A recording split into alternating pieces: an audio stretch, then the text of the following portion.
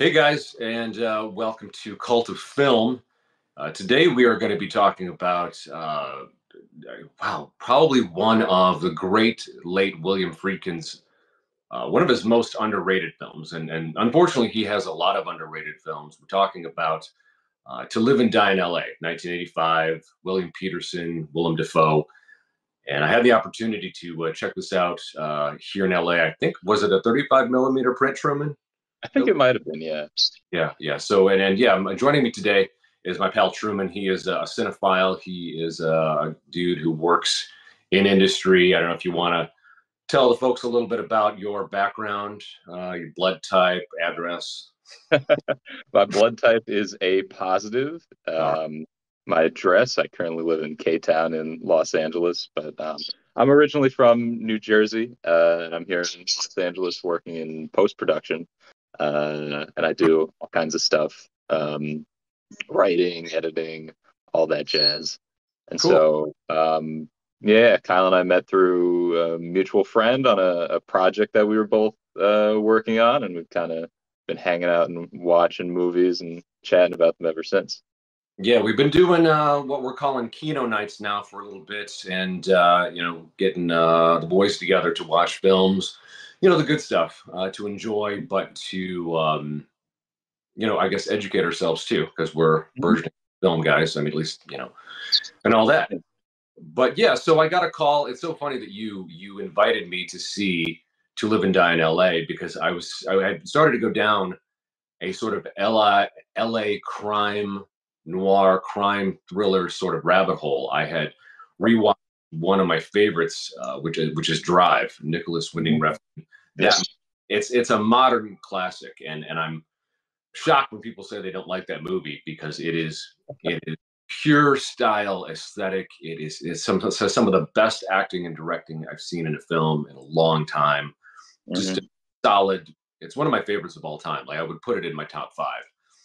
Wow. And another great LA crime thriller, Michael Mann, the great Michael Mann.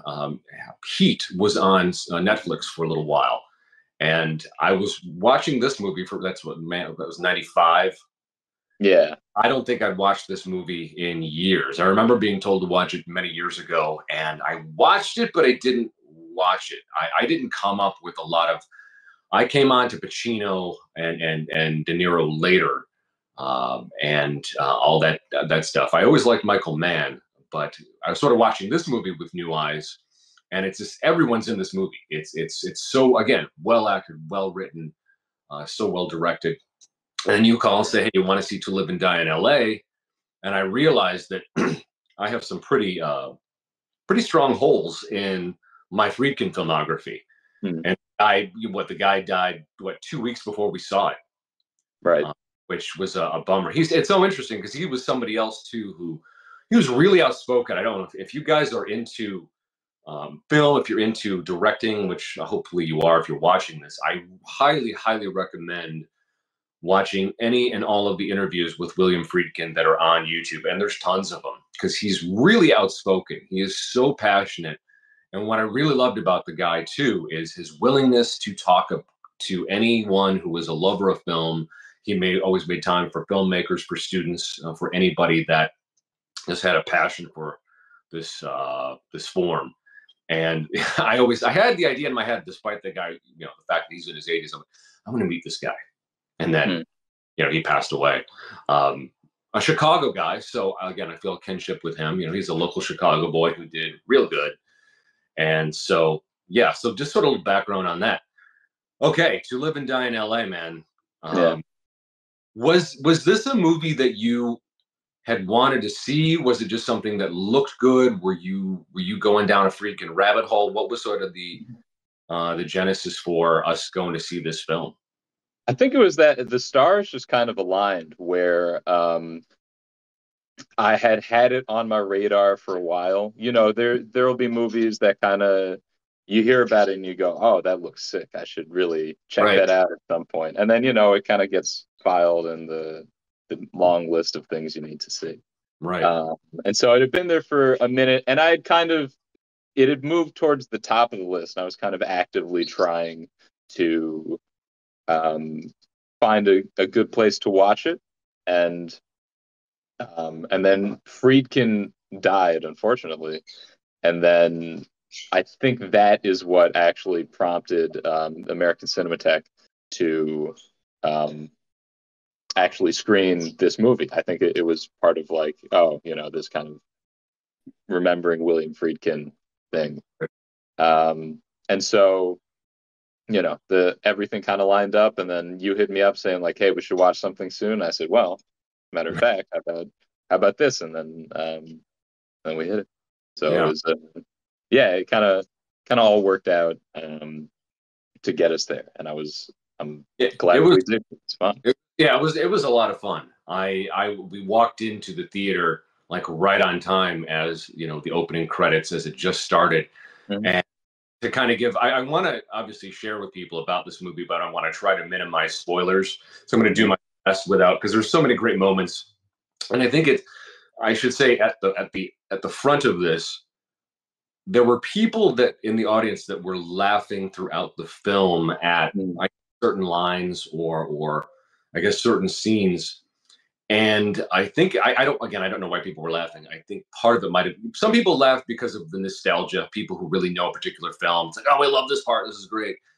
But I have a feeling that some of it was a response to what they thought were canned lines, sort of prototypical lines, archetypal characters. And what I don't think a lot of people realize is this movie, again, made in 1985, I think was largely responsible for setting up that prototype character, archetype character of the cop on the edge, the cop who's getting too old for this shit. That specific line. Strained relationships. He drinks too much and he lives for the adrenaline rush of the job and putting down bad guys and all of that. And this is a genre that I've explored a lot, and I can't remember the line "I'm getting too old for this shit" popping up. I thought it came out of Lethal Weapon. Yeah, me too. And no, it actually comes from this movie. And to Friedkin's credit, and the screenwriter was William Friedkin and a guy named, I think it's Gerald Pedovich, really kind of broke the new ground for what crime police thrillers would become in the 80s. And then they just Xeroxed them through the 90s. And so this is kind of where it all starts. And it plays to, again, also a lot of the what we might consider cheesy aspects of 80s movies. It has the entire album. Their soundtrack / score was done by the pop rock group Wang Chung. That this movie came out right before they had their big hit dance hall days. So if you have parents that loved 80s music like mine did, you have heard of these guys.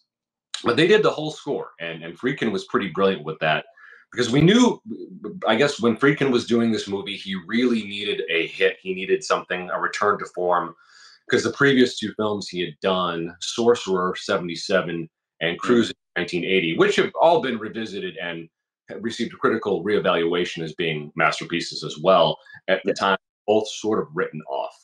So he really needed something to sort of punch his way into the 80s. And he took a lot of risks with this movie. I don't want to say too much, but you expect things to unfold a certain way. He sort of plays against that. You think you're getting this archetypal character, and you do in some ways, and then he plays against that. So the style of it, the aesthetic is pure 80s. It's pure. You've got the black Ferrari. You've got what's his name? The great Willem Dafoe is the protagonist or the antagonist in this film, and he's just smooth and sinister, but also just sort of cold, doing his business. He's so young in this movie. We're so used to seeing old Willem Dafoe, and he's fantastic. William Peterson, who was the lead guy who works for the Secret Service, he and his partner are working on a case that sort of spiderwebs. Again, I don't want to say too much, but the score and soundtrack, pure 80s, but like peak 80s, not cheesy, good stuff. Yeah. There's so much great Friedkin shooting and directing in this movie. But yeah, please take over from here, man. Let me know what you think. Yeah, well, I think it's interesting because I think like within the public consciousness, there's kind of this notion of what an 80s movie is, you know? Right. And that's especially become true, recently with the rise. There's so many kind of nostalgia focused eight media set in the 80s, Stranger Things, Right. stuff of that nature. But that's kind of like the Amblin, Steven Spielberg, E.T., Goonies, kind of like Gen X childhood nostalgia thing. But there's also, I think, a fair amount of nostalgia, like within the public consciousness, like this notion of this kind of neon, violent, and like synth Yeah. gore the movie. And I find a lot of the times, the way we think of certain films is kind of like and certain genres and eras is kind of defined by these ideas, but a lot of the times it never really ties into like one specific movie.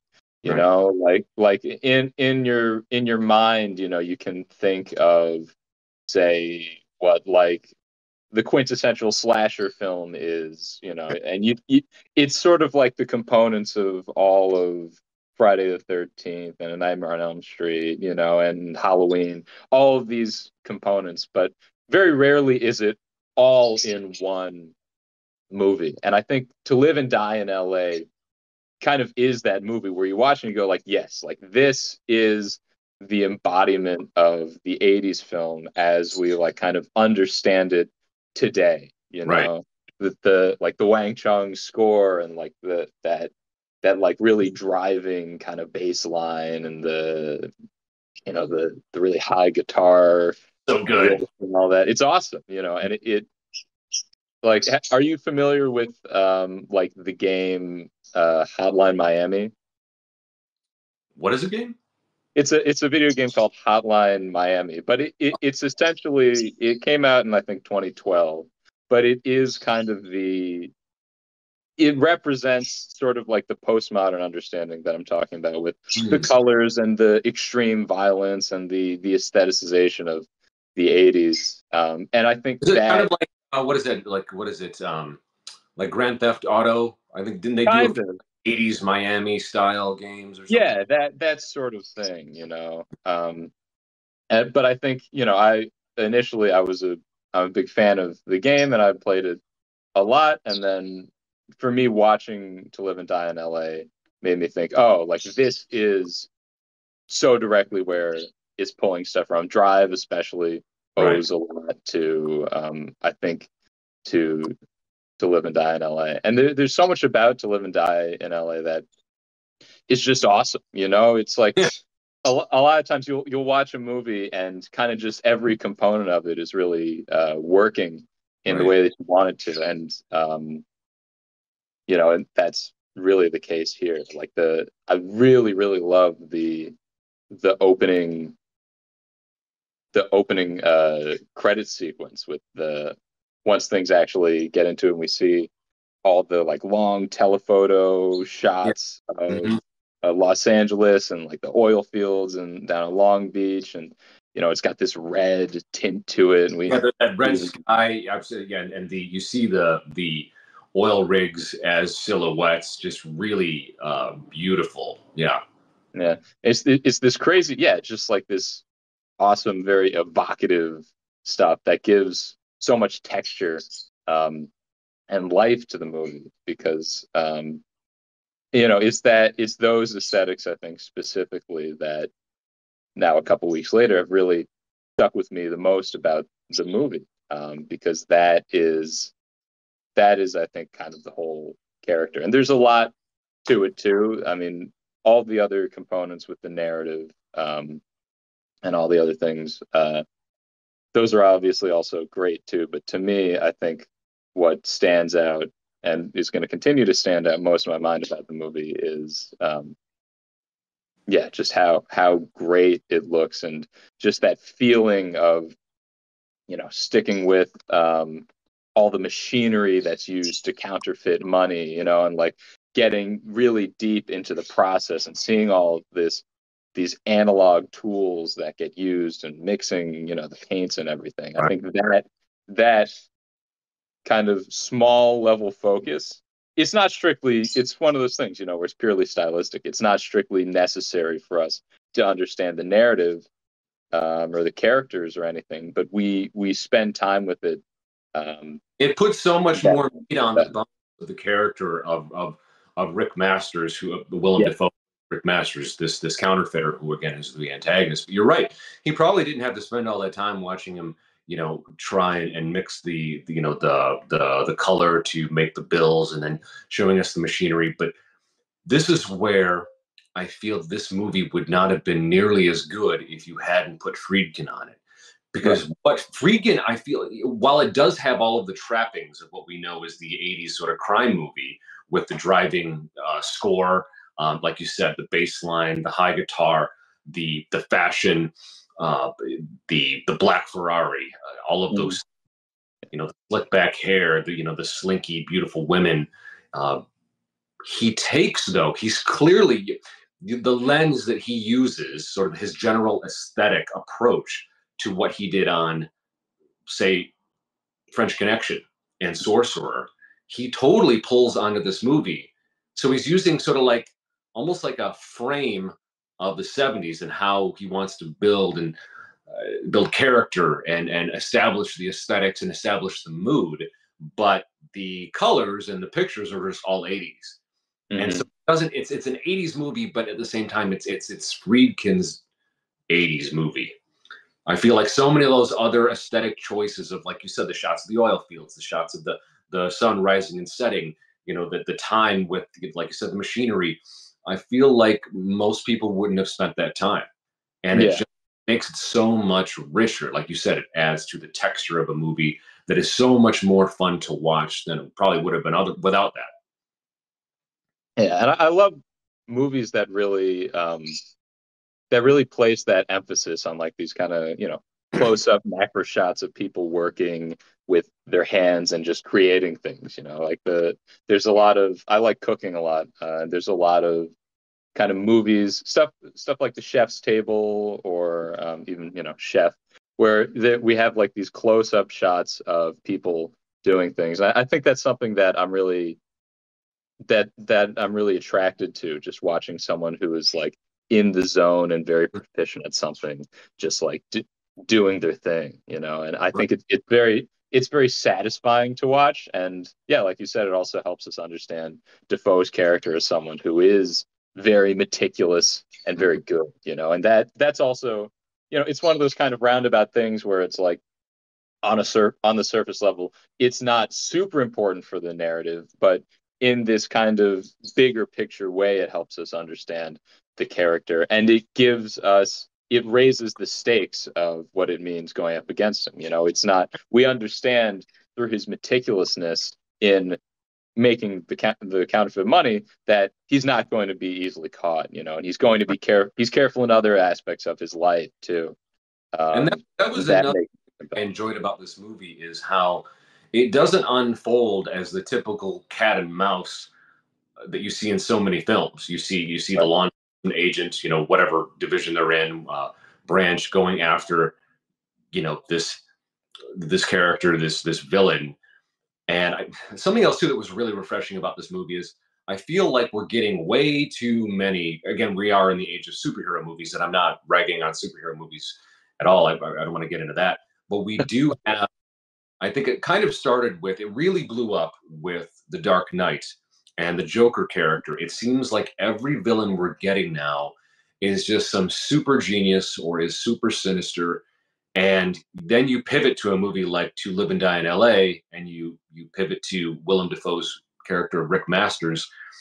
And even though there is quite a bit of violence in how Rick deals with people, it's mostly his henchmen that he sort of dispatches that. But there's sort of this cool, like you said, he's meticulous.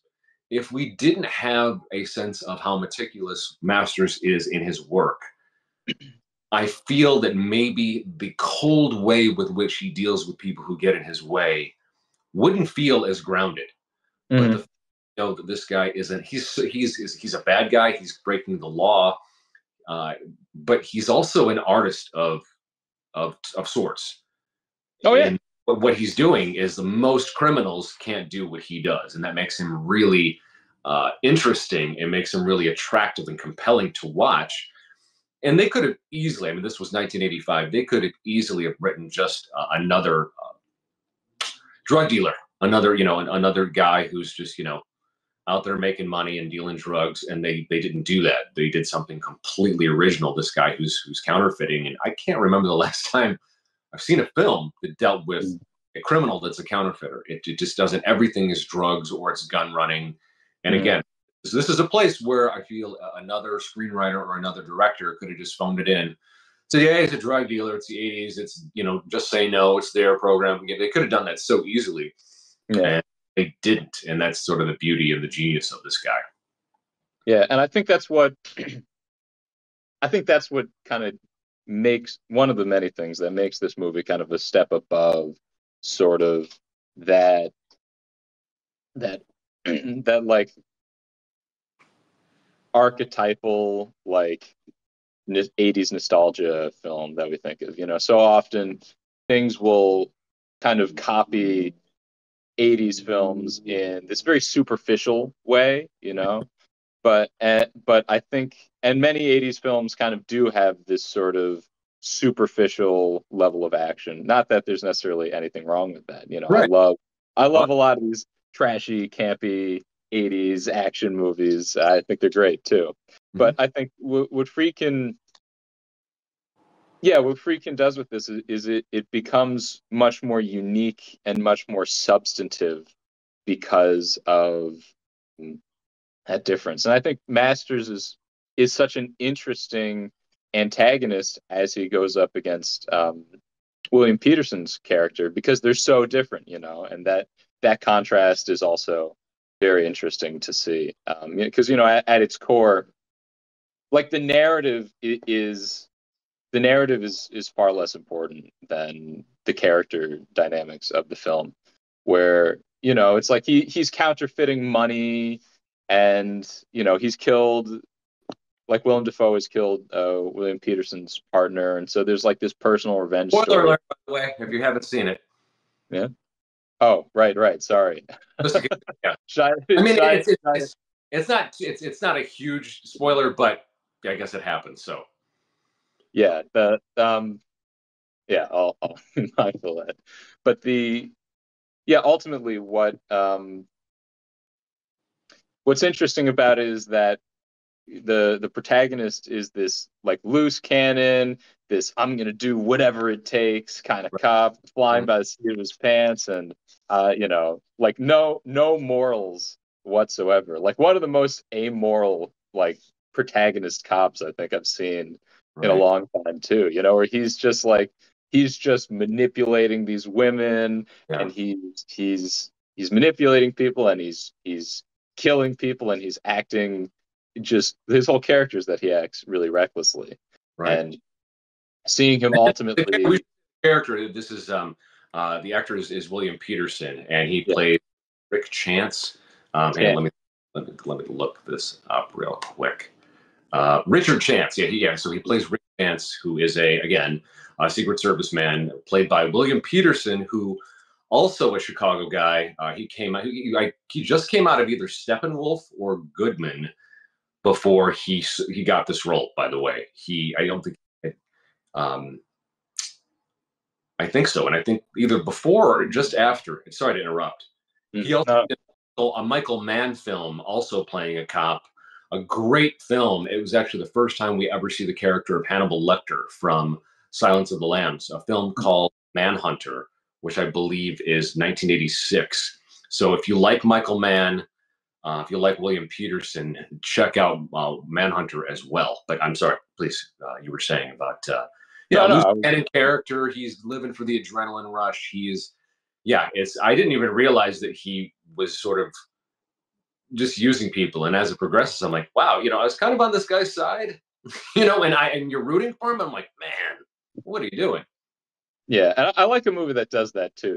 Kind of Blade Runner, where you're watching and you slowly realize you're like, wait a minute, this guy's not that great of a person. And I think the ability to kind of have that, Friedkin really does a good job of walking that line where we kind of we oscillate back and forth. It's like, oh, well, we're on his side, but I don't know about him doing that. And going back and forth. I feel like this is him doing, not just retreading what he did in French Connection, but I see so many parallels because I've been thinking about the film. And if you're familiar with the French Connection and the character of Popeye Doyle, played by Gene Hackman, I see so many parallels between Popeye Doyle and Rick Chance in To Live and Die in LA. They're not the same guy. They're definitely don't roll out the same. Popeye Doyle, he's obsessed, but he's also I feel like he's a little bit more grounded. He's a little meaner, whereas Rick Chance is, obviously he becomes more obsessed. But like you said, he's much more of a loose cannon. He's a bit more amoral. But there's parallels there, as well as both films have incredible chase scenes. Man, oh God, yeah. Expecting the chase scene in To Live and Die in LA to go that way. But man, I was impressed.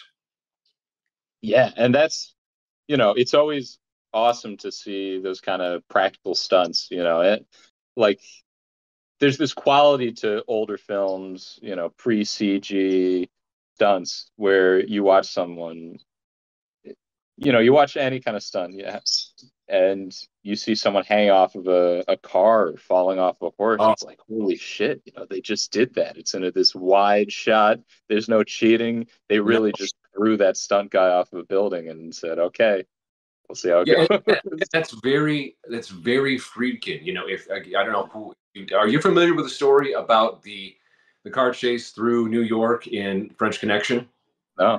So yeah, I mean it's basically what you just described. He couldn't get permits, I think, and everything shot in that sort of car that chase scene towards the end of French Connection is real.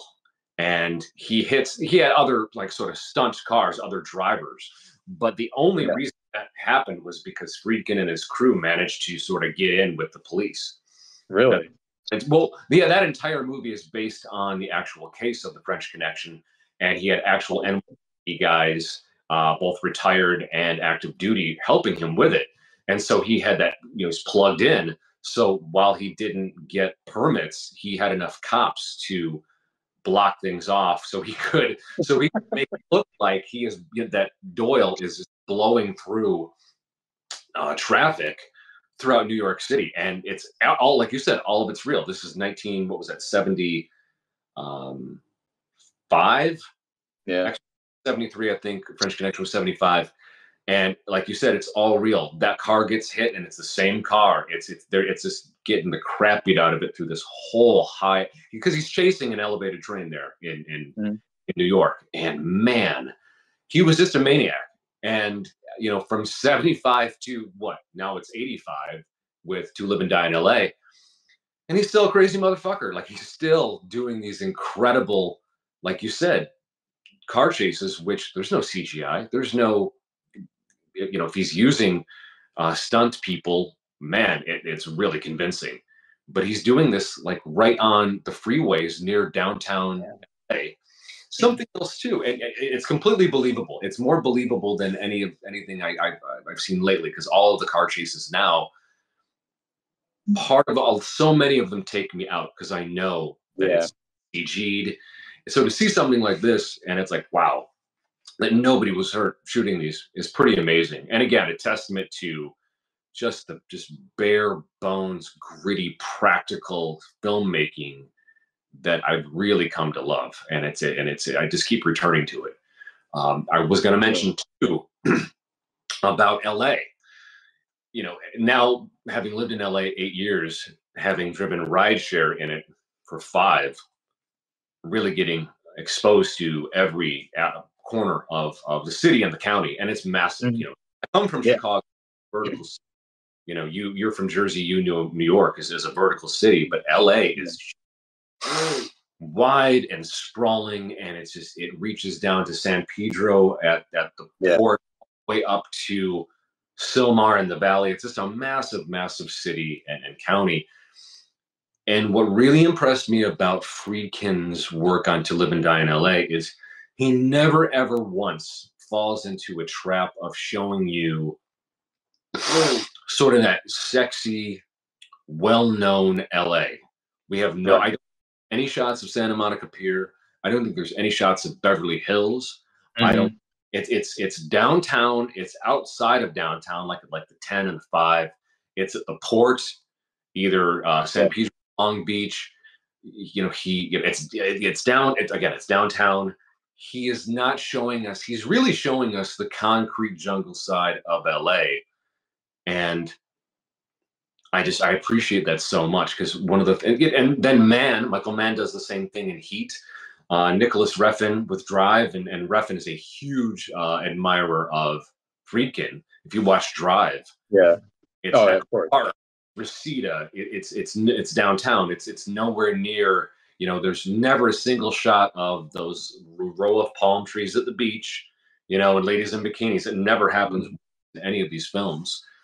And again, it's a testament to Friedkin that he showed such restraint. It's like, no, this is a heavy. It's a heavy sort of morality play. It's a crime film, and it's not fun. I mean, it's fun to watch, but like, these people, these are not necessarily happy people. They deal with really heavy stuff that's life threatening every day. And I think if we would have ever gotten that shot of him and his woman just laying at the beach, I would have put a gun to my head. And he avoids that trap completely. And I would like to see more LA media that does that. Take me to Boyle Heights just once. Take me to Lincoln Heights. Take me to places that you don't ever get to see. So again, that's just another thing I wanted to sort of give him props for. Yeah, I love a movie that can kind of tap into the actual feeling of being in a city. Like so many films will present this kind of, like you're saying, this idealized and kind of stereotypical version of what a city is. And I think people who like a film that kind of, when I watch a film and I think to myself like, oh, this is actually what it's like to be in this city. That's a really fantastic thing to see. The Safdie brothers in particular are very good at this. Sorry. The Safdie brothers in particular are really good at this.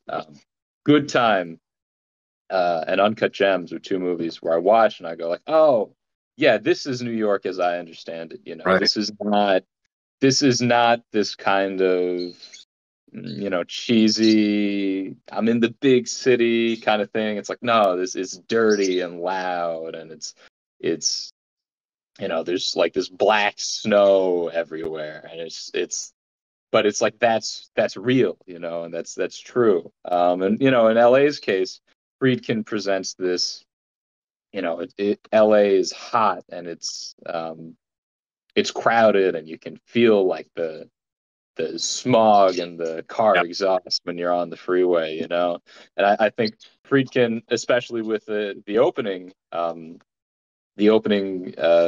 like title sequence, presenting LA with this like in these apocalyptic reds, like a nuclear bomb has just exploded in it, and everyone's just kind of like sitting in very in a lot of ways. At opening the Blade Runner, it's just, you're establishing it's like, oh, okay, this is the other side of that coin. We know LA is a glamorous place, entertainment industry, music industry, film, beautiful people. And he's like, well, yeah, but that's not all of it. And he flips that coin and he shows us the other side. And as someone who has sat in LA, like the peak LA trail, like pre-pandemic peak LA trail, you're sort of where the 10 meets the 5, you're sort of south east of downtown, and it's just it's the end of summer and it's just so hot, and you're surrounded by all these other cars, and it's going to take like another hour just to get home. He really so beautifully puts that on screen. Like you said, within the first few frames, it's like, oh, okay, yeah, this is not going to be this is not going to be any comfort here. He's really establishing that atmosphere immediately. And Mm. now that I think about it, he does that immediately in French Connection. He does it in Sorcerer. He does it in Cruising. Mm. Exorcist. That's something else too. I think about this movie and I remind myself, this is the same dude who did The Exorcist, Mm. and they're just, I mean, obviously different genre. But like, another thing I love about Friedkin is, even though he has a particular aesthetic, there's a sort of darkness, there's a grit, there's a texture to everything he does. If you didn't know he directed The Exorcist and Mm. then he directed To Live and Die in LA, you wouldn't know. Yeah. You know, just so beautifully throws himself into a genre, to themes, into a story, and executes stuff so in such an original way. So this movie is just so worth your time. I mean, I don't know if someone is if you like crime or not. Like, I wasn't sure. I'm like, oh yeah, will I dig this? I mean, I like his other stuff, but from the moment I sat down, I'm just like, and go into it with an open mind, because it's going to unfold in a way. Because, like you said, we're post '80s now. We're sort of in this sort of post super hyper nostalgia area where you're doing all these shows about the '80s, and some of them hit, and they get it, and some of them really don't. It's all surface, but it all comes from, at least the crime stuff really comes out of this movie. It's so fun, and there's no lull in the movie either. Even though there's scenes slower, at no point was I ever bored, ever. Yeah. Yeah. It's very impressive, actually. Yeah, and so I think part of that is due to just how much variety there is. It's like it's not, like you said, there are kind of moments where it, in a very deliberate way, slows down, Mm-hmm. but it there's so many different settings and so many different things that are happening in the scenes. There's so much variety to it. I think that Risks is really great. in this movie. Again, going back, like whether you're looking at the character of Rick Chance, or you're looking at, oh, I just realized, well, Richard Chance, and then you have Rick Masters. They're both Richards. Realize anyway, but how he doesn't give you a ton, but he gives you enough of their personal lives. Mm. And again, it adds to the three-dimensionality of these guys. Again, the anti-hero over here, and sort of this just very methodical, business-like antagonist. And again, it makes it, again, in lesser hands, that could have just gone, mustache twirling villain, and I don't know, just less of a protagonist. The time, like you'll contrast, him doing the work and out there with his partner, and then he'll be back at his girlfriend's place. Was shocked at the level of nudity in this film, and I'm not saying that as rude. I was surprised at how much nudity there was, and actually, I think it really, again, suits the era. It suits the genre. It makes it more real and grounded. I was worried that the female characters that are sort of, the better sides of these guys would also be lost. And while they don't have a whole lot of lines, I don't know. I find the women to be memorable. It's something that, again, Friedkin, he doesn't, even his supporting characters, his characters that are quote unquote smaller characters, he's able to flesh out in a way with a few lines and maybe so many scenes that you really get who she is. Yeah. You only see him and her in relation to him, but she's not a throwaway. She's not just a plot device. She's her own character. And that seemed to go for both Chance and for Masters. And I like that a lot too. Yeah. And the style too, like each of the women had a, Chance's girlfriend, you could tell she's just doing what she's got to do, but she's a good woman. And then you have Masters' girlfriend, who just seems also very, she loves him and she cares about him, but there's a coldness to her too that just so fits with him. And I guess their third, not to spoil too much, but there's another female character in there that also probably doesn't need to be there. You don't need a lesbian theme in this movie at all.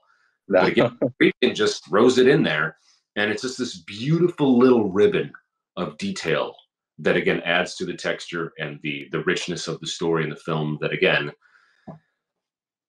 that type of stuff isn't explored as much as it should be. I don't mean like lesbianism, but just throwing stuff in there. It exists, and layers it in there nicely. Doesn't feel like today if we were doing that, it'd be like, and no, the lesbians, and we'd make a huge deal about it. He just sort of just beautifully just integrates it into the story.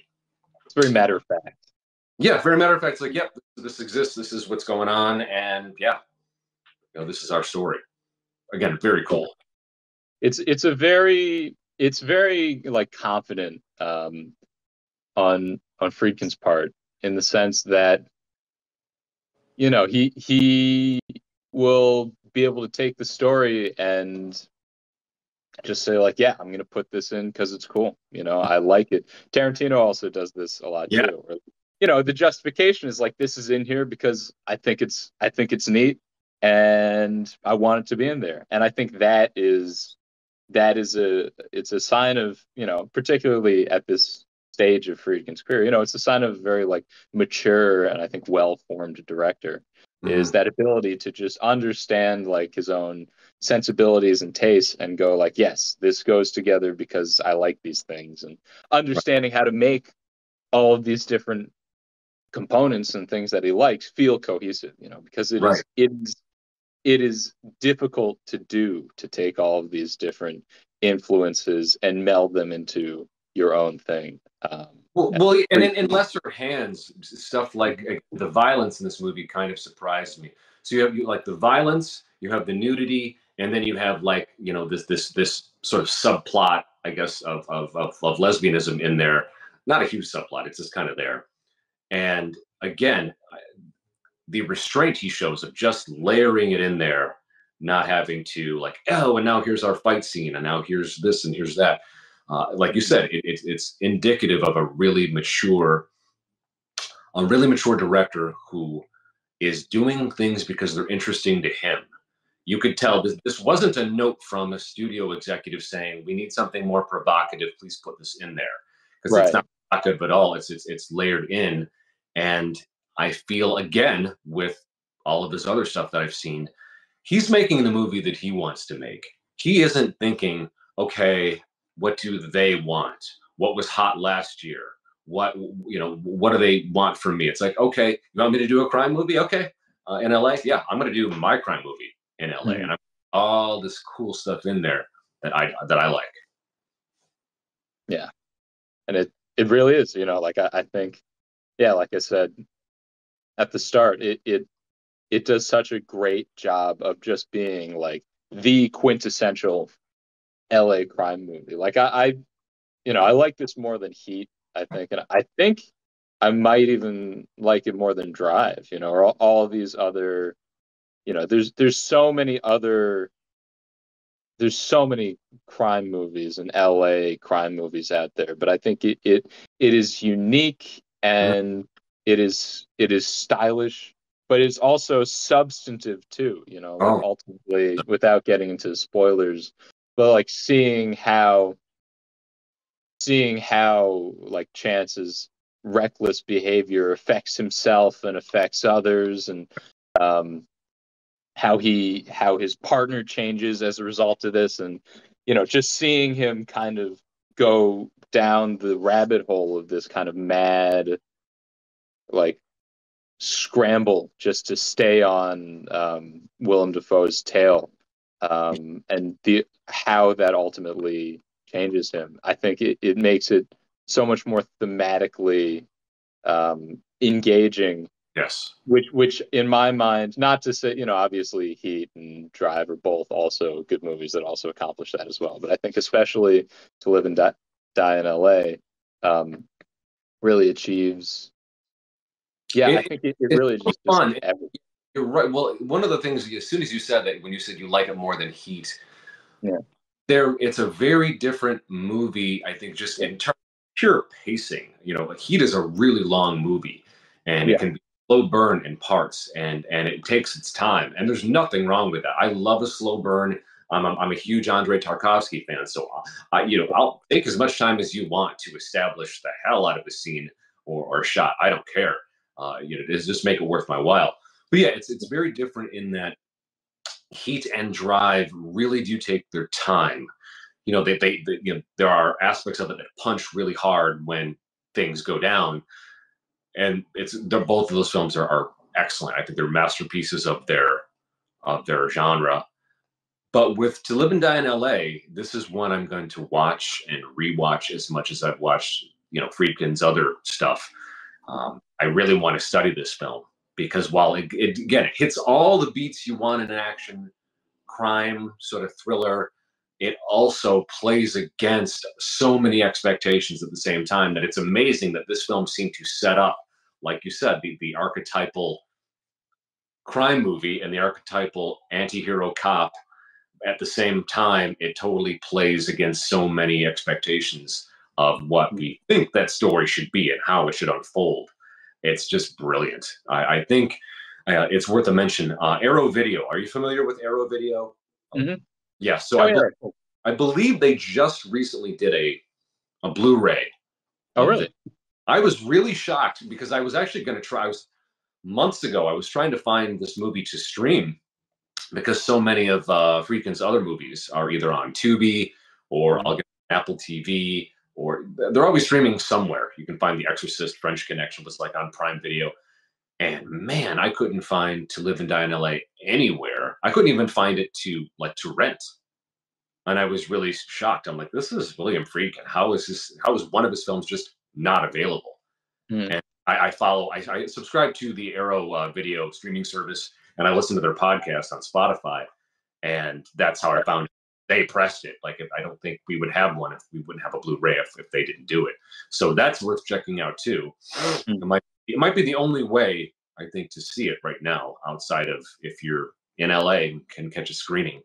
But it's really, really fun if you're a film guy, if you're a crime or gal, or you just into Freakin', or you just want just a fun movie. Like, I can't say I'm huge into crime. I like a well-crafted film, and so for me, that's what drew me to Heat, to Drive, to Live and Die in LA.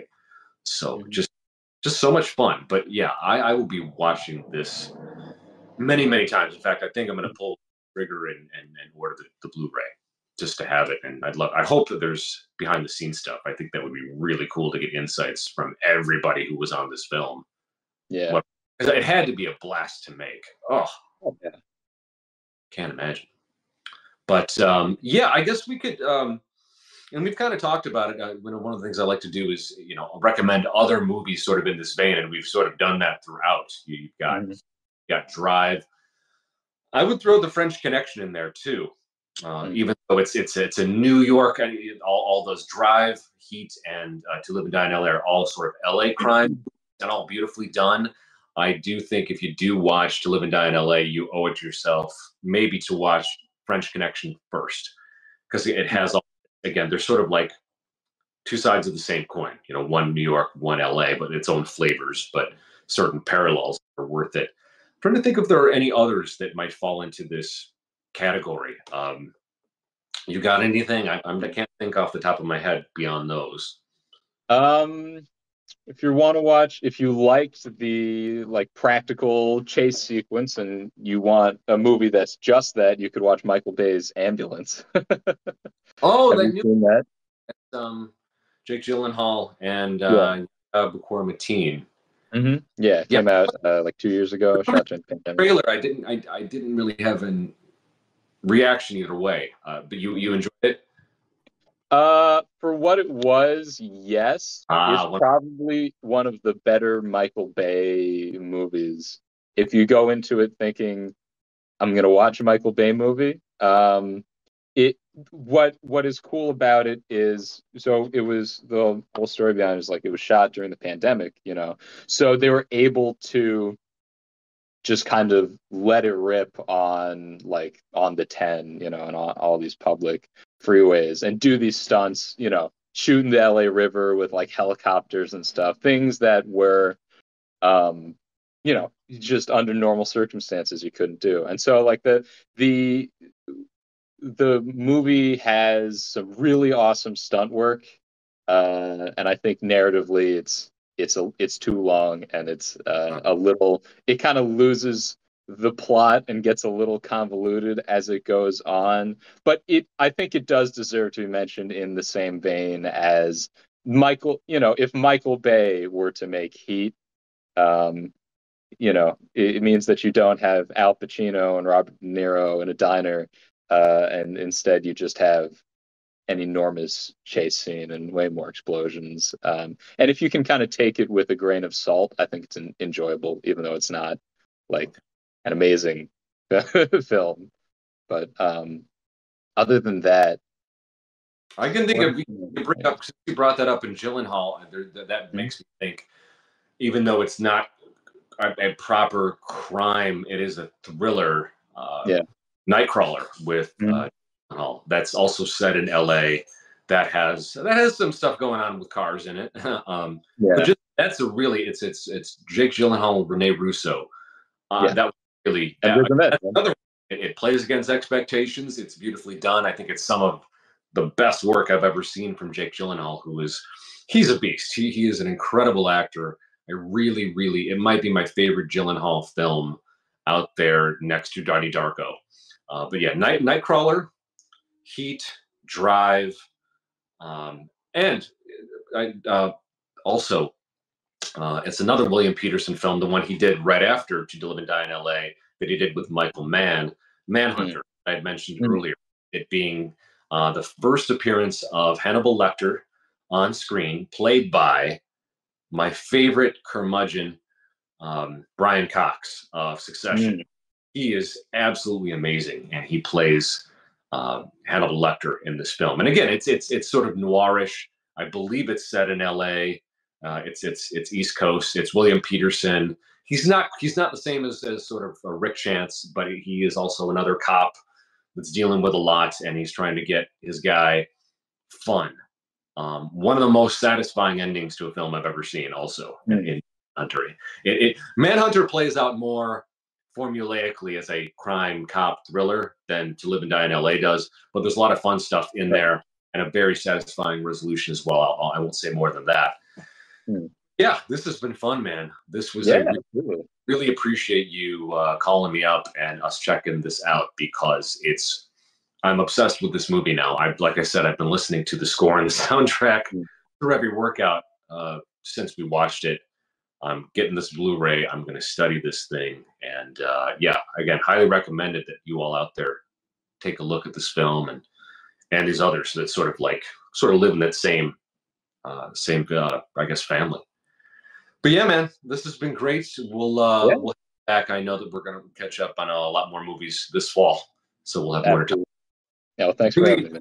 No, I appreciate your insight. I appreciate your time. I know you really care about this stuff, and always appreciate your insight, man. Yeah, likewise. Cool. Well, again, thank you all out there for watching, and we'll catch you next time. See you.